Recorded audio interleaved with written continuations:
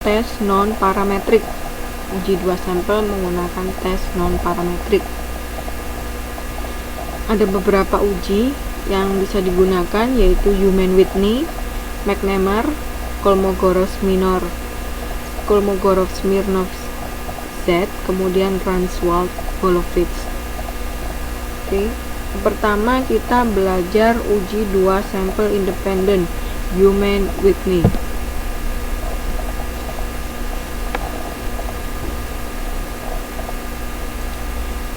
Sebelumnya di sini itu uji statistik yang non parametrik itu digunakan untuk membandingkan distribusi sebuah variabel di antara dua kelompok yang tidak berhubungan.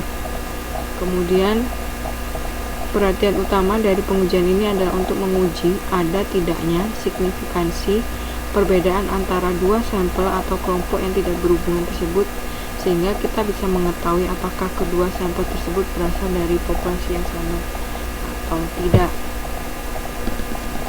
Nah, yang pertama tadi uji 2 sampel independen Human-Whitney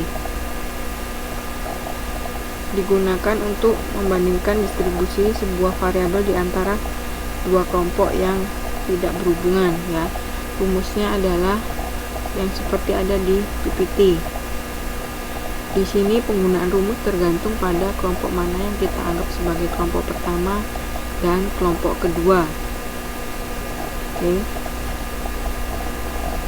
N1 itu adalah banyaknya sampel dalam kelompok pertama, N2 itu adalah banyaknya sampel dalam kelompok yang lain.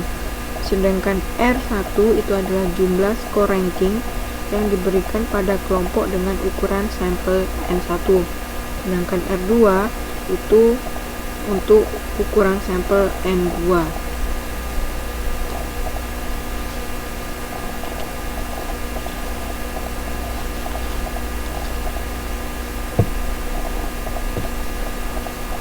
Nah, kedua rumus itu akan menghasilkan nilai U yang berbeda.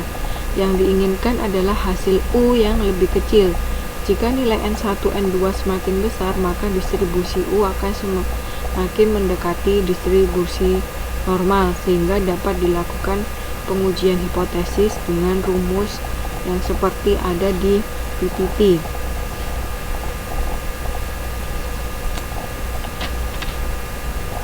Kemudian itu ada hipotesisnya seperti ini, mu1 sama dengan mu2, bisa dua arah, H1 nya bisa dua arah atau satu arah. Kemudian hipotesis nolnya ditolak jika untuk yang satu arah nilai Z hitung lebih dari Z alfa atau Z hitung kurang dari Z alfa. Sedangkan untuk yang dua arah itu Z hitung lebih dari Z alfa per 2 atau nilai Z hitung kurang dari negatif Z alfa per 2. Untuk yang satu arah ini Z hitung kurang dari negatif Z alfa per 2, ya. Kurang tanda negatifnya. Yang betul seperti yang ada di modul halaman 8.15. Nah, contohnya ingin membedakan antara jenis printer yang digunakan dengan jumlah hasil cetakan. Kita punya LaserJet, kemudian ada DeskJet. Di situ jumlah hasil cetakannya, ya, untuk masing-masing printer. Nah, langkah pertama tentukan hipotesisnya.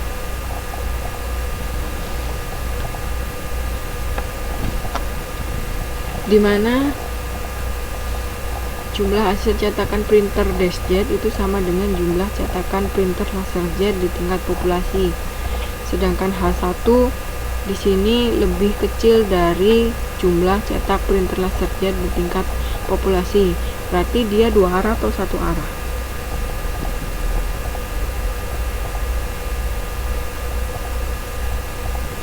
Dari H1-nya bisa dilihat apakah dia satu arah atau dua arah.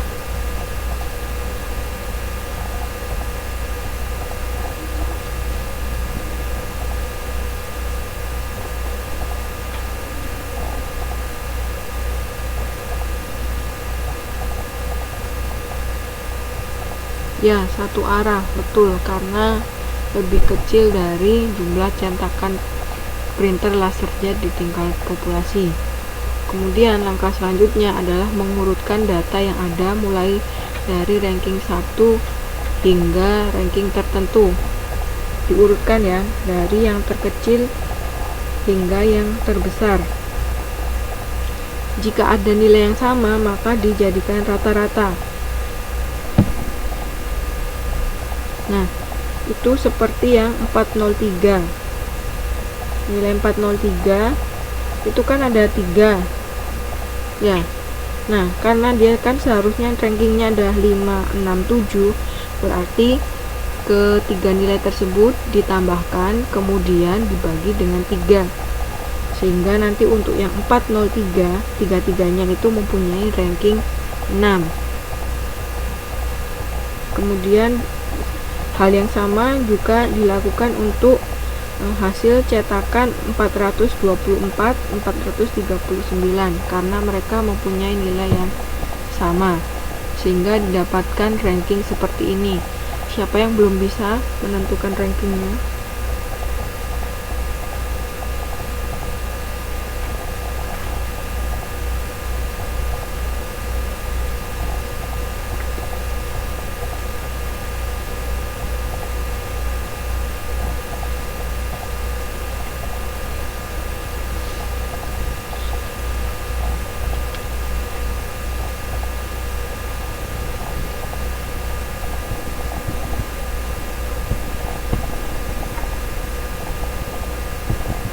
Masih banyak yang belum bisa. Oke. Sekarang saya ulangi ya.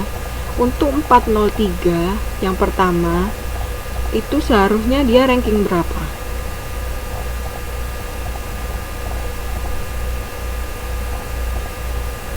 5. Untuk 403 yang kedua harusnya ranking berapa? Ya betul, 567 jawabannya Mas Ferry.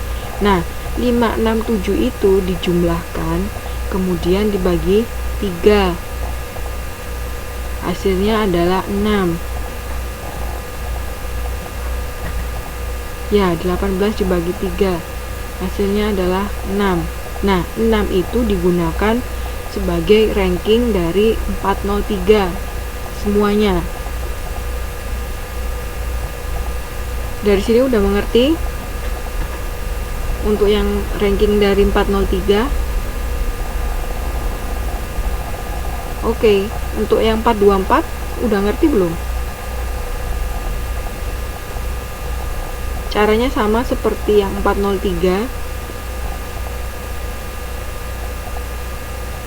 Kalau ngerti saya lanjutkan.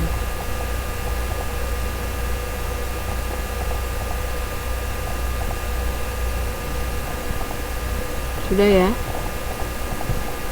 Oke.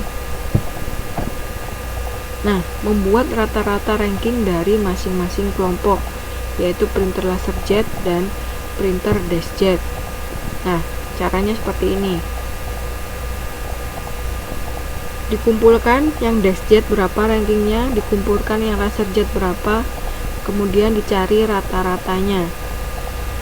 Coba dicek apakah betul rata-ratanya seperti ini.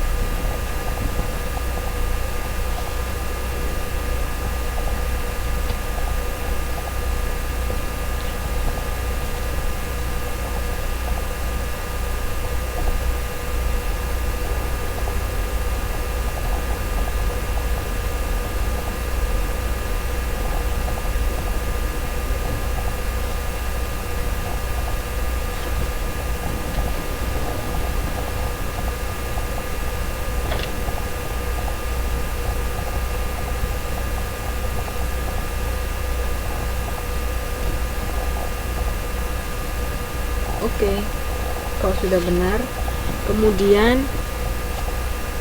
baru kita menggunakan rumus yang U tadi ya, N1 dikali N2 ditambah N1 kali N1.